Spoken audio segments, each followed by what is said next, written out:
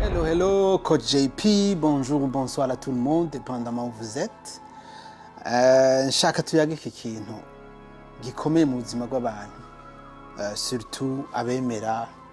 Nibaza ko twese twemera, umwe wese arafise ukuntu yemera de toute façon. Jero ndafise application ya Bible mu telefone, ndakunda gusoma. Hari igihe nsoma ibintu nkumva birankozeko.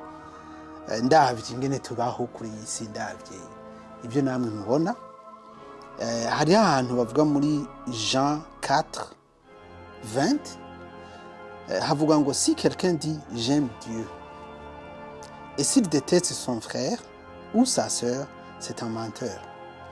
En effet, celui qui n'aime pas un frère ou une sœur qu'il voit, il ne peut pas aimer Dieu qu'il ne voit pas.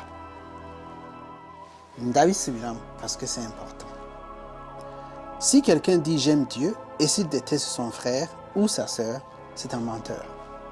En effet, celui qui n'aime pas un frère ou une sœur qu'il voit, il ne peut pas aimer Dieu qu'il ne voit pas. Franchement, c'est clair.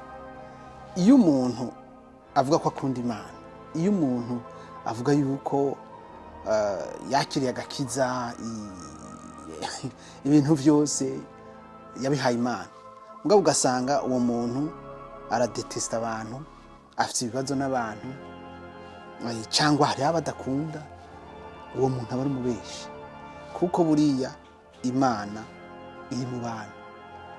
Imana ica mu bantu, igomba no gufasha abantu. Hari ahantu muri Bible bavuga ko tu peux pas voir ma face et vivre.